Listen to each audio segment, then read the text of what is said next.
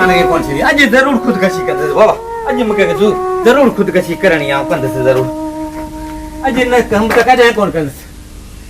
आज खुदकशी न कम तक जाए खुदकशी कौन कर यो मुझे आखिरी फैसलो अरे आज खुदकशी जरूर कर आज जरूर कर ए अल्लाह रे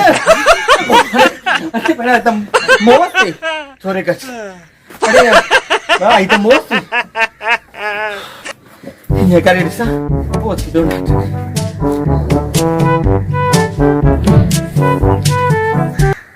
जालिम समाज तो मुके छाए दिनु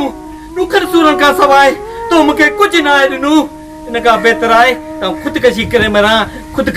मरा मुझे यो आखिरी फैसलो आए अरे 120 रुपया किलो अटो थी हुआ ये केदा वणू इनका बेहतर त खुदकशी करे मरू ने इनका बेहतर त खुदकशी करे मरू ने नहीं कान गुनाह छाबो करिए तू वडो पाप है से कोन तो खुदकशी बियो करया वडो गुनाह है वडो पाप है मां बहन जो गुनाह थीनो अरे 100 रुपया किलो पेरी अटो हाने 120 रुपया थियो 150 दे पेचण वारो ने अटो ते साइडियो उठे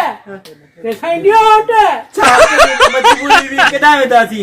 अरे जालिम समाज इनका बेहतर आए तो खुदकशी करे मरा मुझो यो आखिरी फैसलो आए मके खुदकशी करनी आए औ जरूर खुदकशी कर बाबा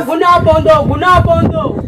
ई लाए असो गुनाह पोंदो नहीं मके कौन लाइन मुझो यो आखिरी फैसलो मके खुदकशी करनी आए जरूर बाबा ही हमरा खुदकशी तो करे पेरी दिलासा पोदर का दी दो रयो ई दो भले रहो सदाई सिंध के पुटन जा लाशा दी दो रयो ई दो भले रहो असा के जालिम लाए छा दी दो रयो ई दो भले रहो असा सुनानी वरता तुझा पेरा अरे वडेरा इनका बेहतर आए तो खुदकशी करे मरा मुझो यो आखिरी फैसलो आए बाबा गुनाह अरे हटी मुझे रस्ते ता हटी मुझे बाबा खुदकशी तो करे साबो करिए बाबा लो यहाँ जे मौत जो फरस्तो या ये शब इंतजार खत्म थिए मैं पता कैसी सब नाकाम हो केदा में दादी मुझे ये मसला हल कहां है ये मसला हल करी दो मसला हल लो ना तू कौन कंदे तो मुके घणा असर देना है आज तो के शादी कराया सुबह तो कराया ना शादी कराया तो मुके जगह पसंद भी तो मुके तो कौन वठी दी अब लो तो शादी कराया तो ना यो मुझे आखिरी फैसला मुके खुदकशी करनी है भाई तो तुझी शादी हम कराएंगे धमाधम मस्त करनी है खुदकशी तो करे समझाइए से समझाए लो आ कने पतो तई ते पाजे पुटन जा लाशा बोरीन में सुब्यागा कने पतो तई ते छोटा पुट सूर्य ते चाड़यागा अरे खसिया तो सुबह सहेरा अरे वडेरा इनका बेहतर है तो खुदकशी करे मरा मुझो यो आखिरी फैसलो है मुके खुदकशी करनी है औ जरूर खुदकशी कर जरूर कर बाबा तो मिले तो मुके शादी कराएंगे सब कुछ जानी तू लो गई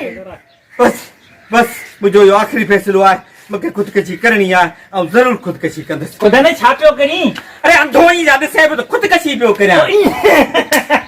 इन्या को कबिया खुदकशी या अरे पोरी की खुदकशी कबिया चल मारो सो कढ रसो हां चालू करी भी चल मारो सो कढ ले जो आखिरी फैसलो मुके खुदकशी करनी है अरे ये तो छादो करी तो अदला तो मारा ही ऐसा है मारू ये छादो करी हां कढो बीच में से अरे वाह ए ये तो वो करे बिठो अरे वो बाकी मौत से